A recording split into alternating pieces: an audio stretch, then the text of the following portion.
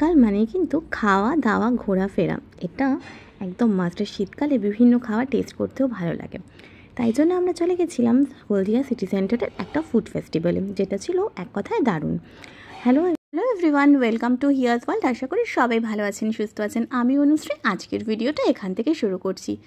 চলুন যাওয়া যাক ফুড ফেস্টিভ্যাল। Good evening. এখন আমরা চলে এসেছি সিটি সেন্টার, কারণ হচ্ছে একটা ফুড ফেস্টিভ্যাল, ওখানে যাবো বলে। চলুন যাওয়া যাক। পৌঁছে গেছি, আর দেখছেন তো ফুড ফেস্টিভ্যাল মানে লোকজনের ভিড় তো থাকবেই, আর বিভিন্ন ধরনের স্টলও এখানে বসেছে। তো প্রথমেই আমি একটু ঘুরে নেব, কী কী পাওয়া যাচ্ছে সেটা দেখে নিয়ে তারপরে আস্তে আস্তে ট্রাই করব।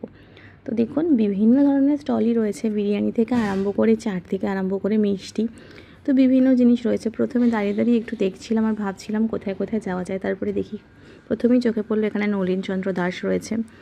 তারপরে এখানে নবদ্বীপের দই রয়েছে, যেটা কিন্তু খুব টেস্টি হয়। আমি কিন্তু আগেও খেয়েছি, ভীষণ ভালো লাগে খেতে আমার নবদ্বীপের দইটা। এখানে শক্তিগড়ের ল্যাংচা কুঠি রয়েছে। তারপরে আরও বিভিন্ন রেস্টুরেন্টস রয়েছে, প্লাস হ্যাং আউটের একটা রেস্টুরেন্টও ছিল। রেস্টুরেন্ট মানে স্টল আর কি, একটা স্টল ছিল। তো এই বিভিন্ন ধরনের জিনিসপত্র দেখছিলাম আর ভাবছিলাম কোথায় যাব, কি খাবো। এত খাবার দেখলে কিন্তু এমনিতেই মাথাটা খারাপ হয়ে যায়, কোনটা আগে খাবো কোনটা পরে খাবো বুঝে ওঠাটা কিন্তু খুব মুশকিল। তাই জন্য বেশ খানিকক্ষণ দাঁড়িয়ে দাঁড়িয়ে আগে দেখে নিলাম কোথায় কি পাওয়া যাচ্ছে, তারপর আস্তে আস্তে খাবারের দিকে এগোনো যাক। আর জানিনি তো, প্রথমেই আমার চোখ পড়লো ফুচকার দিকে। তারপর ভাবলাম না, ফুচকাটা আজকে আর খাবো না। তো চলে গেছিলাম আমরা পাপড়ি চাটের স্টলের দিকে। নিয়ে নিয়েছিলাম চাট হাউস থেকে 1 প্লেট পাপড়ি চাট, যেটা খেতে আবার খুব ভালোবাসে হিয়া আর ওর বাবা।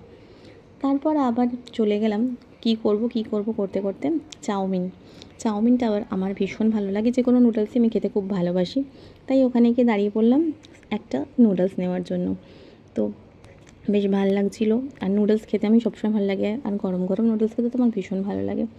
তাই জন্য হিয়া আর আমি দাঁড়িয়ে পড়েছিলাম নুডলস নেওয়ার জন্য। তো এই যে হিয়াও লাফালাফি করছে, অন্য কিছু খাবো, তো আবার নুডলস খুব একটা ভালোবাসে না। তো এইসব করতে করতে আমার নুডলস রেডি হয়ে গেছিলো।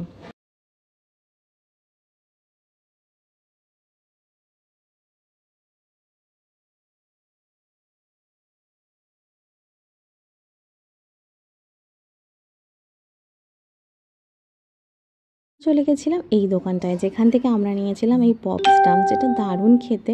আপনারা যদি না ট্রাই করে দেখেন চিকেন পপ, ফিশ পপ, কখনো ট্রাই করে দেখবেন যে কোনো এরকম ফুড ফেস্টিভ্যালে বা মেলা গিয়ে।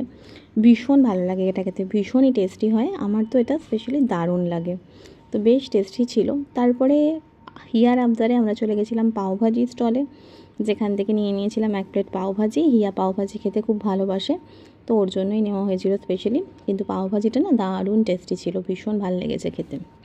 ঝাল ঝাল খাবারের শেষে চলে গেছিলাম আমরা একটু মিষ্টির দোকানে। এখান থেকে মোয়া ট্রাই করেছিলাম নলিনচন্দ্র দাস থেকে, আর এক রকমের মিষ্টি, কারণ মিষ্টি আমি যে খুব একটা ভালোবাসি তা নয়।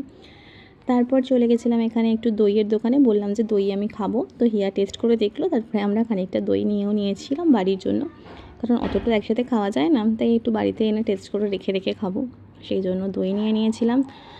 আর দেখলাম লাস্টে শক্তিগড়ের ল্যাংচা দেখে কি আর না করা যায়, তাই ওখান থেকে একটু ল্যাংচাও নিয়ে নিলাম। তো এইভাবে ঘুরে ফিরে খেয়ে দিয়ে আমরা ফুড স্টল থেকে চলে এলাম।